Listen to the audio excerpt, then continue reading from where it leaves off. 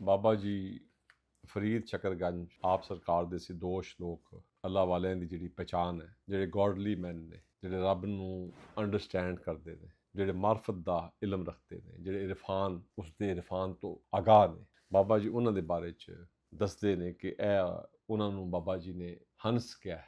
ਹੰਸ ਇੱਕ ਐਸਾ ਪਰਿੰਦਾ ਹੈ ਜੋ ਮੋਤੀਆਂ ਦੀ ਚੋਗ ਚੁਗਦਾ ਹੈ। ਉਹ ਕਹਿੰਦੇ ਨੇ ਕਿ ਕਲਰ ਕੇਰੀ ਛਪੜੀ ਆ ਉਲੱਥੇ ਹੰਜ ਕਲਰ ਕੇਰੀ ਛਪੜੀ ਦੁਨੀਆ ਲੱਥੇ ਉਲੱਥੇ ਆਗੇ ਉਤਰਾਏ ਉਹਨਾਂ 'ਚ ਹੰਜ ਹੰਸ ਚੁੰਝੋ ਬੋੜਨ ਨਾ ਪੀਵਣ ਉੱਡਣ ਸੰਦੀ ਢੰਜ ਨਾ ਵਿੱਚ ਚੁੰਝ ਪਾਉਂਦੇ ਨੇ ਤੇ ਨਾ ਹੀ ਉਸ ਛਪੜੀ 'ਚੋਂ ਪਾਣੀ ਪੀਂਦੇ ਨੇ।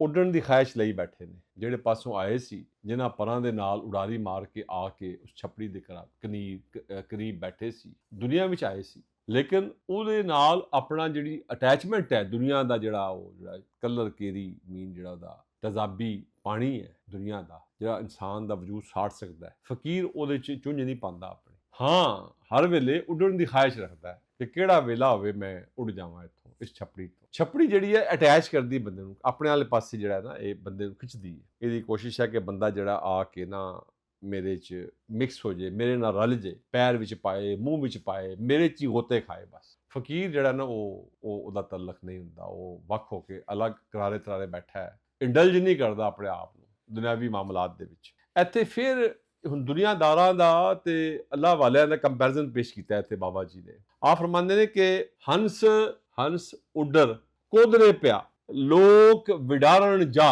ਹੰਸ ਜਿਹੜਾ ਉੱਡਦਾ ਉੱਡਦਾ ਉੱਡਦਾ ਉੱਡਦਾ ਖੇਤਾਂ ਵਿੱਚ ਆ ਗਿਆ, ਜਿਨਸ ਦੇ ਖੇਤਾਂ ਵਿੱਚ ਆਇਆ। ਲੋਕੀ ਜਿਹੜੇ ਖੇਤਾਂ ਦੇ ਮਾਲਕ ਨੇ, ਜਿਨਸ ਦੇ ਮਾਲਕ ਨੇ, ਉਹ ਉਡਾਣ ਚਲੇ ਗਏ, ਉਹ ਉੱਡ ਜਾ ਕਿੱਧਰ ਆ ਗਿਆ। ਗੇਲਾ ਲੋਕ ਨਾ ਜਾਣਦਾ ਹੰਸ ਨਾ ਕੋਦਰਾ ਖਾ। ਇਹ ਹੁਣ ਬਾਬਾ ਜੀ ਕਹਿ ਰਹੇ ਨੇ ਕਿ ਜਿਹੜਾ ਗੇਲਾ ਲੋਕ ਹੈ, ਜਿਹੜੇ ਗਾਫਲ ਲੋਕ ਨੇ, ਉਹ ਇਸ ਗੱਲ ਨੂੰ ਜਾਣਦੇ ਹੀ ਨਹੀਂ ਹੈਗੇ, ਅੰਡਰਸਟੈਂਡ ਹੀ ਨਹੀਂ ਕਰਦੇ, ਸਮਝਦੇ ਨਹੀਂ ਹੈਗੇ ਕਿ ਜਿਹੜਾ ਹੰਸ ਹੈ ਉਹ ਇਹਨਾਂ ਦੀ ਜਿਹੜੀ ਫਸਲ ਹੈ, ਜਿਹੜਾ ਇਹਨਾਂ ਦੀ ਜਿਨਸ ਹੈ, ਜਿਹੜੀ ਦੁਨਿਆਵੀ ਇਹਨਾਂ ਦੀ ਪੋਜੈਸ਼ਨਸ ਨੇ ਜਾਂ ਪ੍ਰਾਪਰਟੀਜ਼ ਨੇ ਜਾਂ ਚੀਜ਼ਾਂ ਨੇ, ਉਧਰ ਉਹ ਧਿਆਨ ਹੀ ਨਹੀਂ ਕਰਦਾ। ਤੇ ਜੇ ਧਿਆਨ ਕਰਦਾ ਹੈ ਤਾਂ ਹੰਸ ਨਹੀਂ ਹੈਗਾ, ਉਹ ਫਿਰ ਬਗਲਾ ਕਿਹਾ ਗਿਆ ਉਹਨੂੰ। ਬਾਬਾ ਜੀ ਨੇ ਫਰੀਦ ਨੇ ਉਹਨਾਂ ਨੂੰ ਬਗਲੇ ਕਿਹਾ ਗਿਆ, ਜਿਹੜੇ ਹੰਸ ਦਾ ਰੂਪ ਧਾਰ ਕੇ, ਜਿਹੜੇ ਉਹਨਾਂ ਪਾਕ ਹਸਤੀਆਂ ਦਾ ਰੂਪ ਧਾਰ ਕੇ, ਜਿਹੜੇ ਉਹਨਾਂ ਪਾਕ ਨੇਕ ਅੱਲਾਹ ਵਾਲਿਆਂ ਦਾ, ਜਿਹਨਾਂ ਦਾ ਬਾਤਨ ਰੋਸ਼ਨ ਹੈ, ਜਿਹਨਾਂ ਦਾ ਬਾਤਨ ਸਫਾ, ਜਿਹੜੇ ਅੰਦਰੋਂ ਬਾਹਰੋਂ ਇੱਕ ਨੇ, ਉਹਨਾਂ ਦਾ ਬਜ਼ਾਹਿਰ ਰੂਪ ਧਾਰ ਕੇ ਲੋਕਾਂ ਨੂੰ, ਮਖਲੂਕ ਨੂੰ ਆਪਣੀ ਹਿਰਸ, ਹਵਸ, ਦੁਨਿਆਵੀ, ਜਿਸਮਾਨੀ, ਸ਼ੈਤਾਨੀ, ਉਸ ਨੂੰ ਆਪਣੀ ਤਸਕੀਨ ਦੇ ਲਈ ਉਹ ਲੋਕਾਂ ਨੂੰ ਫਿਰ ਟਰੈਪ ਕਰਦੇ ਨੇ। ਅਨਫੋਰਚੂਨੇਟਲੀ ਸਾਡੇ ਉਹਨਾਂ ਦੀ ਬਹੁਤ ਬੜੀ ਮਿਕਦਾਰ ਇੱਥੇ ਤਾਦਾਦ ਮੌਜੂਦ ਹੈ, ਜਦ ਕਿ ਬਾਬਾ ਜੀ ਤੇ ਕਹਿੰਦੇ ਨੇ ਕਿ ਹੰਸ ਤੇ ਇੰਡਲਜ ਨਹੀਂ ਕਰਦਾ ਆਪਣੇ ਆਪ ਨੂੰ ਕਿਸੇ ਦੁਨਿਆਵੀ ਮਾਮਲੇ ਦੇ ਵਿੱਚ, ਨਟ ਐਟ ਆਲ।